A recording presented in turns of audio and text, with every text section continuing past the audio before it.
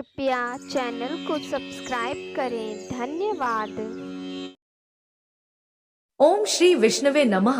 ओम श्री बृहस्पते नमः। मित्रों, सनातन धर्म में बृहस्पतिवार का दिन भगवान विष्णु को समर्पित होता है।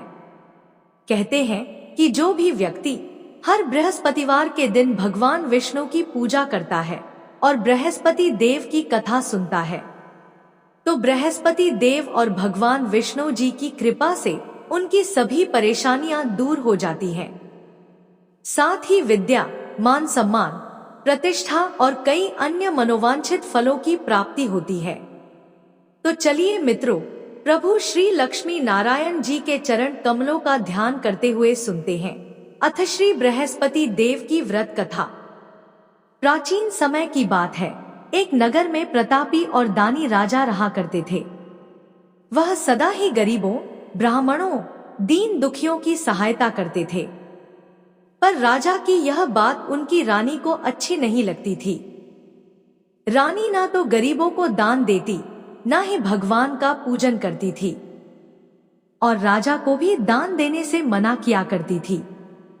एक दिन राजा प्रातः काल से ही शिकार खेलने वन को गए हुए थे, तो रानी संयोगवश महल में अकेली रह गई।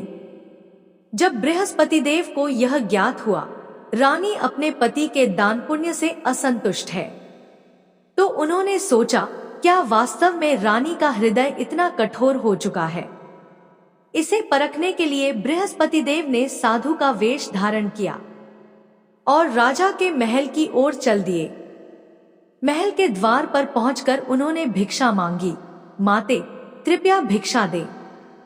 रानी ने जब साधु को देखा तो बिना किसी संकोच के कठोर स्वर में कहा, हे साधु महाराज, मैं तो इस दान पुण्य से तंग आ गई हूं। मेरे पति सारा धन गरीबों पर लुटाते रहते हैं, इसलिए मेरी तो यही इच्छा है कि हमारा यह सारा धन नष्ट हो जाए। फिर न रहेगा बांस, न बजेगी बांसुरी, ना हमारे पास धन होगा और ना ही मेरे पति दान पुण्य करेंगे। रानी की बात सुनकर साधु ने कहा, हे देवी, तुम तो बड़ी विचित्र हो। धन और संतान तो सभी चाहते हैं, पुत्र और लक्ष्मी तो पापी के घर भी होने चाहिए।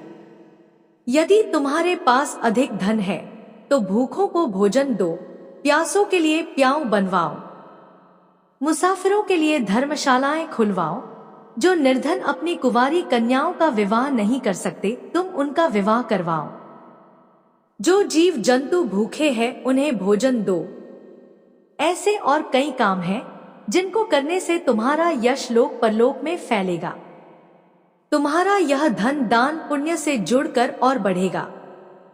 परंतु रानी पर साधु के उपदेश का कोई प्रभाव न पड़ा। वह बोली, महाराज, आप मुझे कुछ ना समझाएं।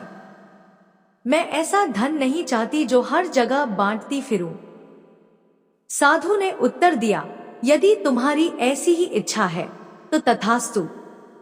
तुम ऐसा करना कि बृहस्पतिवार को घर लीपना, इसके बाद पीली मिट्टी से अपना सिर धोकर स्नान करना, भट्टी चढ़ाकर कपड़े धोना। ऐसा करने से आपका सारा धन नष्ट हो जाएगा। इतना कहकर वह साधु महाराज वहां से अंतर्ध्यान हो गए। साधु के अनुसार कई बातों को पूरा करते हुए रानी को केवल 3 बृहस्पतिवार ही बीते थे कि उसकी समस्त धन संपत्ति नष्ट हो गई और इतनी बुरी दशा हो गई कि एक समय के भोजन के लिए भी राजा का परिवार तरसने लगा। तब एक दिन राजा ने रानी से बोला कि हे रानी, तुम यहीं रहो, मैं दूसरे देश को जाता हूं, क्योंकि यहाँ पर सभी लोग मुझे जानते हैं, इसलिए मैं कोई छोटा कार्य नहीं कर सकता। ऐसा कहकर राजा परदेश चला गया। वहां वह जंगल से लकड़ी काट कर लाता और शहर में बेचता। इस तरह वह अपना जीवन व्यतीत करने लगा। इधर राजा के परदेश जाते ही रानी और दासी दुखी रहने लगी। एक बार जब रानी और दासी को 7 दिन तक बिना भोजन के रहना पड़ा, तो रानी ने अपनी दासी से कहा, हे दासी, पास ही के नगर में मेरी बहन रहती है, वह बड़ी धनवान है। तू उसके पास जा और कुछ ले आ, ताकि थोड़ी बहुत गुजर बसर हो जाए। दासी रानी की बहन के पास गई। उस दिन गुरुवार था और रानी की बहन उस समय बृहस्पतिवार व्रत की कथा सुन रही थी।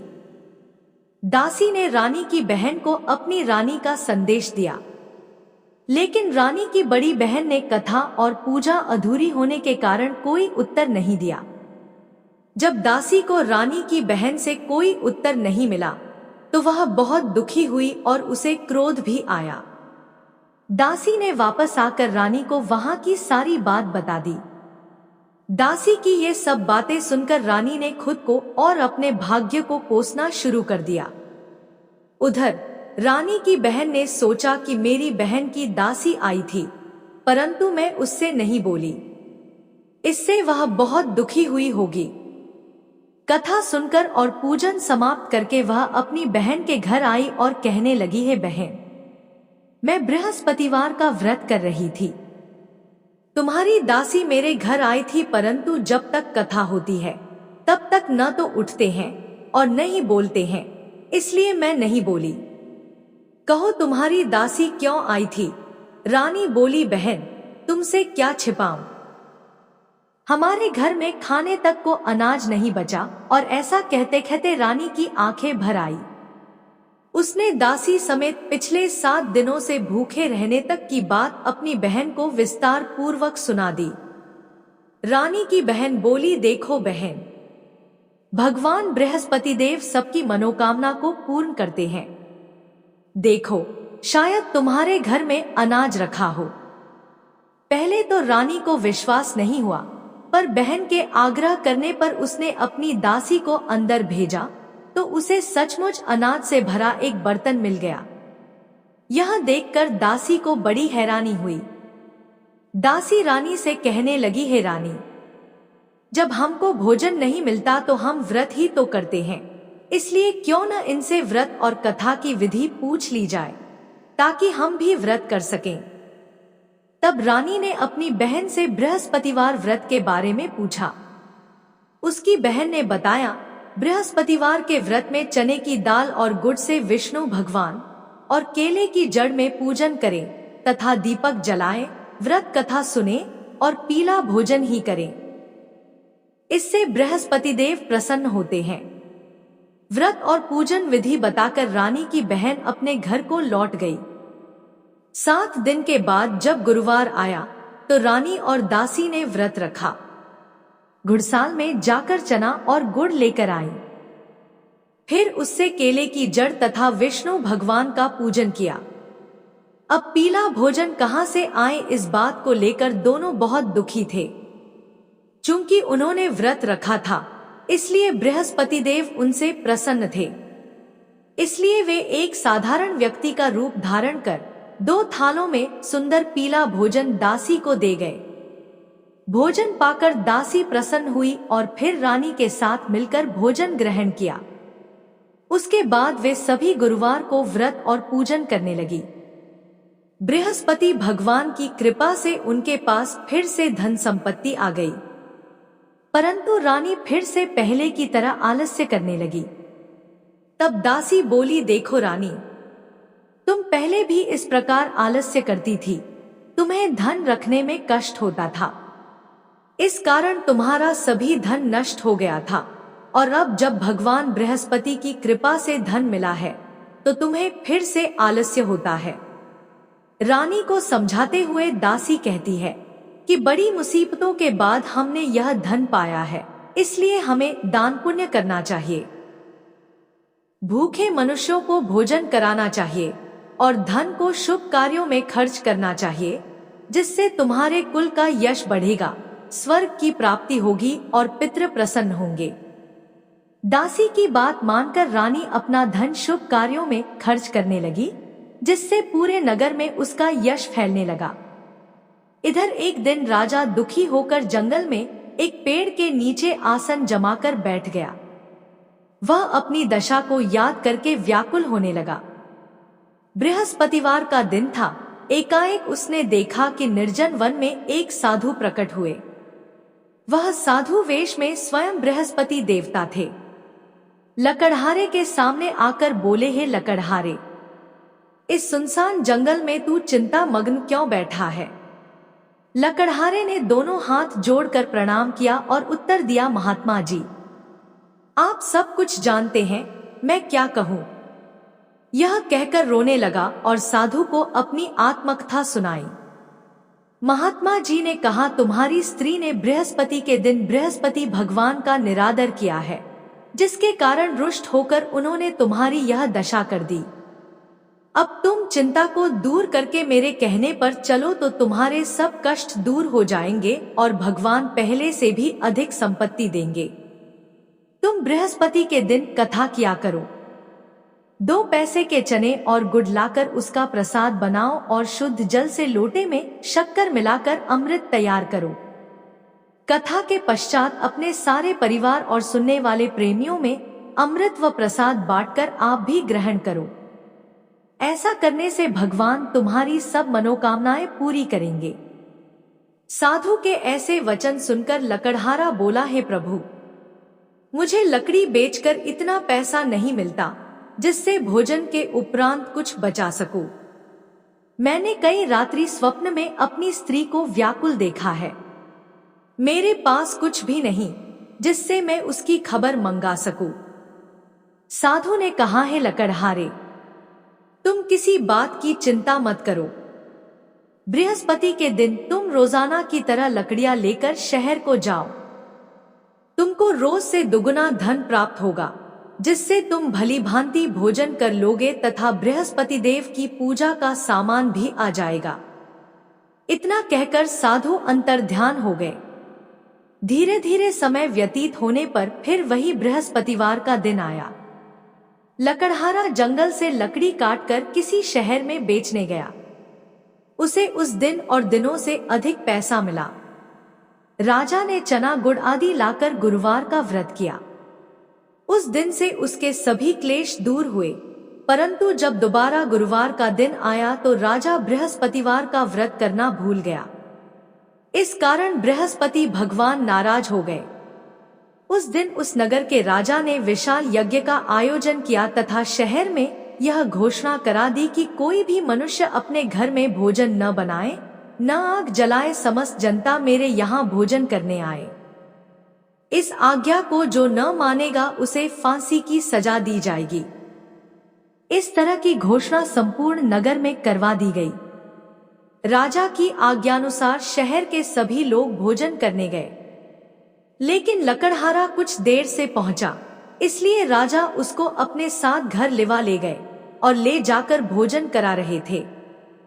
तभी रानी की दृष्टि उस खूंटी पर पड़ी जिस पर उसका हार लटका हुआ था। वह हार वहां पर दिखाई नहीं दिया। रानी ने निश्चय किया कि मेरा हार इस लकड़हारे ने चुरा लिया है। राजा ने उसी समय सिपाहियों को बुलाकर उसको कारागार में डलवा दिया। जब लकड़हारा कारागार में पड़ गया और बहुत दुखी होकर विचार करने लगा कि न जाने कौन से पूर्व जन्म के कर्म से मुझे यह दुख प्राप्त हुआ है, ऐसा सोचते हुए वो उसी साधु को याद करने लगा जो कि जंगल में मिला था। उसी समय तत्काल बृहस्पति देव साधु के रूप में प्रकट हुए और उसकी दशा को देखकर कहने लगे, अरे मूर्ख, तूने बृहस्पति देव की कथा नहीं करी, इस कारण तुझे दुख प्राप्त हुआ है। अब चिंता मत कर, बृहस्पतिवार के दिन कारागार के दरवाजे पर 4 पैसे पड़े मिलेंगे। उनसे तू बृहस्पति देव की पूजा करना, तेरे सभी कष्ट दूर हो जाएंगे। बृहस्पति के दिन उसे 4 पैसे मिले। लकड़हारे ने कथा कही। उसी रात्रि को बृहस्पति देव ने उस नगर के राजा को स्वप्न में कहा, हे राजा, तुमने जिस आदमी को कारागार में बंद कर दिया है वह निर्दोष है। वह राजा है, उसे छोड़ देना। रानी का हार उसी खूंटी पर लटका है। अगर तू ऐसा नहीं करेगा तो मैं तेरे राज्य को नष्ट कर दूंगा। इस तरह रात्रि के स्वप्न को देखकर राजा प्रातः काल उठा और खूंटी पर हार देखकर लकड़हारे को बुलाकर क्षमा मांगी तथा लकड़हारे को योग्य सुंदर वस्त्र आभूषण देकर विदा कर दिया। बृहस्पति देव की आज्ञानुसार लकड़हारा अपने नगर को चल दिया। राजा जब अपने नगर के निकट पहुंचा तो उसे बड़ा आश्चर्य हुआ। नगर में पहले से अधिक बाग, तालाब, कुएं तथा बहुत सी धर्मशाला, मंदिर आदि बन गई हैं। राजा ने पूछा, यह किसका बाग और धर्मशाला है? तब नगर के सब लोग कहने लगे, यह सब रानी और बांदी के हैं। तो राजा को आश्चर्य हुआ और गुस्सा भी आया। जब रानी ने यह खबर सुनी कि राजा आ रहे हैं, तो उन्होंने बांदी से कहा कि हे दासी, देख राजा हमको कितनी बुरी हालत में छोड़ गए थे। हमारी ऐसी हालत देखकर वह लौट न जाए, इसलिए तू दरवाजे पर खड़ी हो जा। आज्ञानुसार दासी दरवाजे पर खड़ी हो गई। राजा आए तो उन्हें अपने साथ लिवा लाई। तब राजा ने क्रोध करके अपनी रानी से पूछा कि यह धन तुम्हें कैसे प्राप्त हुआ है? तब उन्होंने कहा, हमें यह सब धन बृहस्पति देव के इस व्रत के प्रभाव से प्राप्त हुआ है। राजा ने निश्चय किया कि 7 रोज बाद तो सभी बृहस्पति देव का पूजन करते हैं, परंतु मैं प्रतिदिन दिन में 3 बार कहानी तथा रोज व्रत किया करूंगा। अब हर समय राजा के दुपट्टे में चने की दाल बंधी रहती तथा वह दिन में 3 बार कहानी कहता। एक रोज राजा ने विचार किया कि चलो अपनी बहन के यहाँ हो आए। इस तरह निश्चय कर राजा घोड़े पर सवार हो अपनी बहन के यहाँ को चलने लगा। मार्ग में उसने देखा कि कुछ आदमी एक मुर्दे को लिए जा रहे हैं। उन्हें रोककर राजा कहने लगा, अरे भाइयों, मेरी बृहस्पति देव की कथा सुन लो। वे बोले, लो, हमारा तो आदमी मर गया है, इसको अपनी कथा की पड़ी है। परंतु कुछ आदमी बोले, अच्छा कहो, हम तुम्हारी कथा भी सुनेंगे। राजा ने दाल निकाली और जब कथा आधी हुई थी कि मुर्दा हिलने लग गया, और जब कथा समाप्त हो गई तो मुर्दा राम राम करके उठकर खड़ा हो गया। आगे मार्ग में उसे एक किसान खेत में हल चलाता मिला। राजा ने उसे देख और उससे बोले, अरे भैया, तुम मेरी बृहस्पतिवार की कथा सुन लो। किसान बोला, जब तक मैं तेरी कथा सुनूंगा तब तक 4 हरया जोत लूंगा। जा अपनी कथा किसी और को सुनाना। इस तरह राजा आगे चलने लगा। राजा के हटते ही बैल पछाड़ खाकर गिर गए तथा किसान के पेट में बड़ी जोर का दर्द होने लगा। उस समय उसकी माँ रोटी लेकर आई। उसने जब यह देखा तो अपने पुत्र से सब हाल पूछा और बेटे ने सभी हाल कह दिया। तो बुढ़िया दौड़ी दौड़ी उस घुड़सवार के पास गई और उससे बोली कि मैं तेरी कथा सुनूंगी, तू अपनी कथा मेरे खेत पर चलकर ही कहना। राजा ने बुढ़िया के खेत पर जाकर कथा कही, जिसके सुनते ही वह बैल उठ खड़ हुए तथा किसान के पेट का दर्द भी बंद हो गया। अगले दिन राजा अपनी बहन के घर पहुंचा। बहन ने भाई की खूब मेहमानी की। दूसरे रोज प्रातः काल राजा जगा तो वह देखने लगा कि सब लोग भोजन कर रहे हैं। राजा ने अपनी बहन से कहा, ऐसा कोई मनुष्य है जिसने भोजन नहीं किया हो, मेरी बृहस्पतिवार की कथा सुन ले। बहन बोली, है भैया, यह देश ऐसा ही है कि पहले यहाँ लोग भोजन करते हैं, बाद में अन्य काम करते हैं। अगर कोई पड़ोस में हो तो देख आती हूँ, ऐसा कहकर देखने चली गई, परंतु उसे कोई ऐसा व्यक्ति नहीं मिला जिसने भोजन न किया हो। अतः वह एक कुम्हार के घर गई जिसका लड़का बीमार था। उसे मालूम हुआ कि उनके यहाँ 3 रोज से किसी ने भोजन नहीं किया है। रानी ने अपने भाई की कथा सुनने के लिए कुम्हार से कहा, वह तैयार हो गया। राजा ने जाकर बृहस्पतिवार की कथा कही, जिसको सुनकर उसका लड़का ठीक हो गया। अब तो राजा की प्रशंसा होने लगी। एक रोज राजा ने अपनी बहन से कहा कि हे बहन, हम अपने घर को जाएंगे, तुम भी तैयार हो जाओ। राजा की बहन ने अपनी सास से कहा। सास ने कहा, हाँ चली जा, परंतु अपने लड़कों को मत ले जाना, क्योंकि तेरे भाई के कोई औलाद नहीं है। बहन ने अपने भैया से कहा, है भैया, मैं तो चलूंगी पर कोई बालक नहीं जाएगा। राजा बोला, जब कोई बालक नहीं चलेगा तब तुम ही क्या करोगी। बड़े दुखी मन से राजा अपने नगर को लौट आया। राजा ने अपनी रानी से कहा, हम निर्वंशी हैं, हमारा मुंह देखने का धर्म नहीं है और कुछ भोजन आदि नहीं किया। रानी बोली, हे प्रभु, बृहस्पति देव ने हमें सब कुछ दिया है, वह हमें औलाद अवश्य देंगे।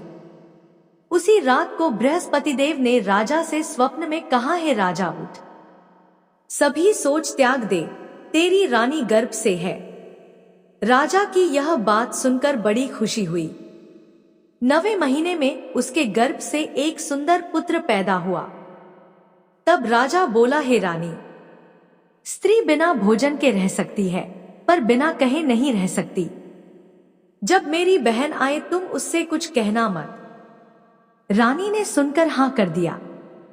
जब राजा की बहन ने यह शुभ समाचार सुना तो वह बहुत खुश हुई तथा बधाई लेकर अपने भाई के यहाँ आई।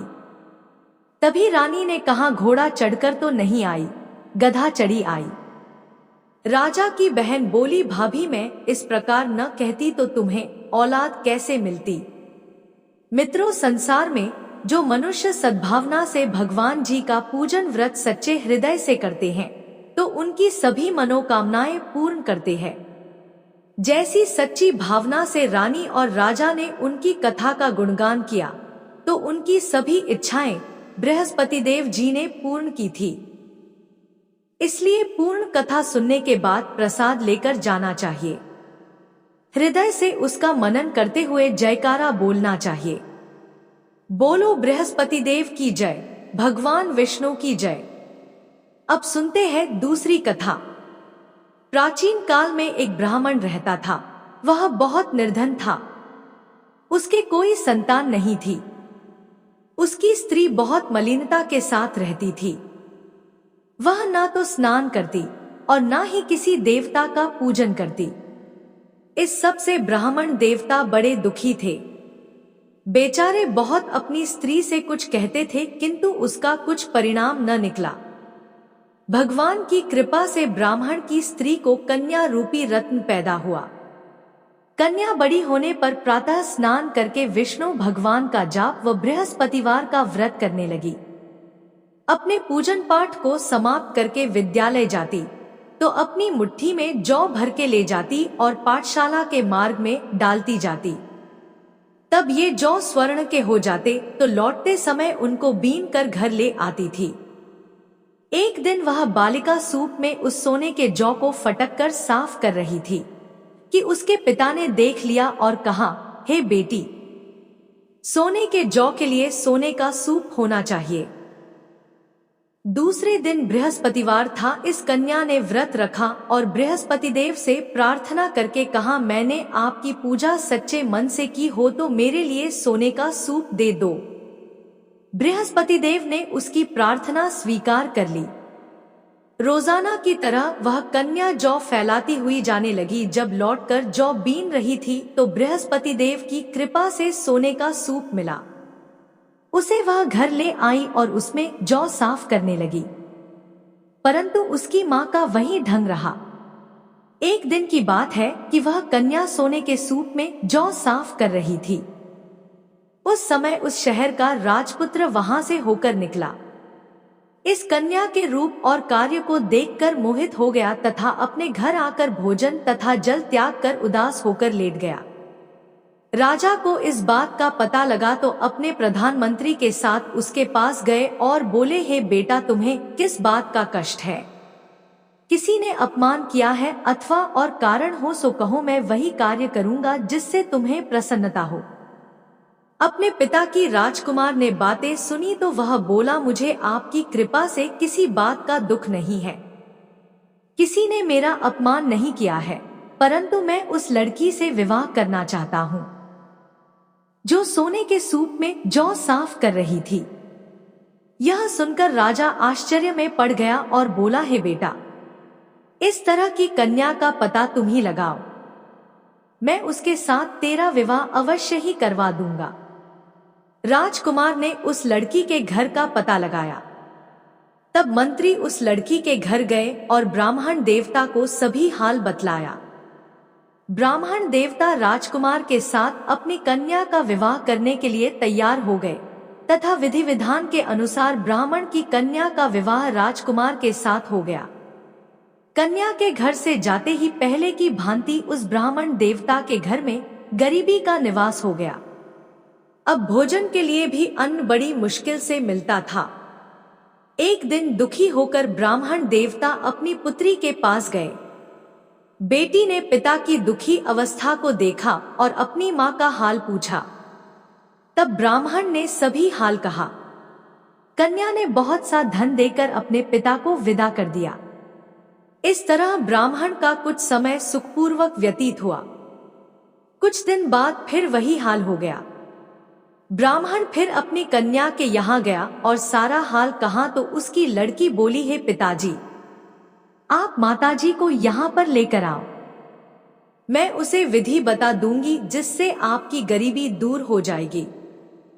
वह ब्राह्मण देवता अपनी स्त्री को साथ लेकर बेटी के घर पहुंचे तो बेटी अपनी मां को समझाने लगी, हे मां, तुम प्रातः काल प्रथम स्नानादि करके विष्णु भगवान का पूजन करो और दिन में बृहस्पति देव का व्रत रखो।